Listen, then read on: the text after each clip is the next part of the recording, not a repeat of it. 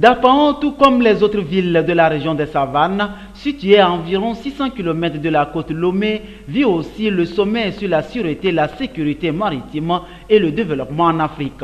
Une rencontre de haut niveau devant aboutir à la signature de la charte régissant la convergence des actions pour sauvegarder l'économie bleue. Pour la population de Dapaon, c'est un tremplin qui booste les activités commerciales.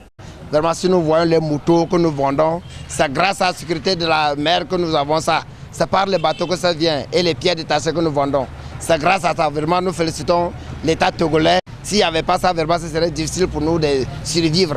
Je souhaite que la charte soit signée par tous les pays et que les bateaux circulent en sécurité. Là, nous les femmes, nous aurons nos produits sans difficultés et nos commerces vont fleurir à Dapaon, particulièrement dans la région des Savanes. C'est une bonne chose pour nous, les opérateurs économiques de la savane. Si les marchandises sont arrivées avec des problèmes, c'est comme ça que le problème là, ça répercute sur tous les marchandises. Et on dit que la vie est chère, tout ça là. Donc ça, la autre, c'est une action à saluer très bien.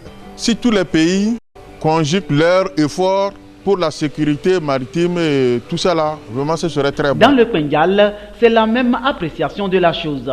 La rencontre de Lomé reste une vision qui rassure l'avenir.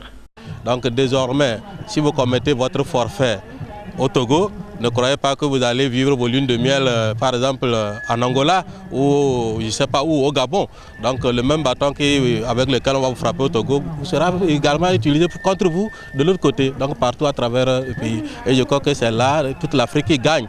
Et au Togo principalement avec notre port en eau profonde, je ne fais pas vous cacher, ça serait une aubaine pour notre pays. Je pense qu'avec la sécurité de la conférence maritime, je pense que maintenant ça va encore être plus assuré même qu'avant. Le Togo, avec toutes ses expériences en matière de l'action en mer, reste un bon maître, en même temps un élève qui cherche à renforcer la sécurité de sa côte. Au niveau, sur les océans, on parle des pirates, on parle des choses qui sont en train de détourner les bateaux.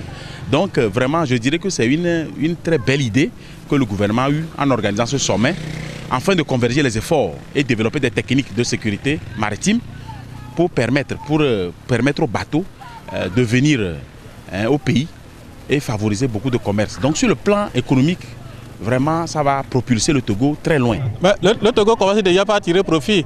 Même nous qui ne sommes pas à Lomé, quand vous voyez déjà la capitale togolaise, mais elle a retrouvé ses lettres de noblesse.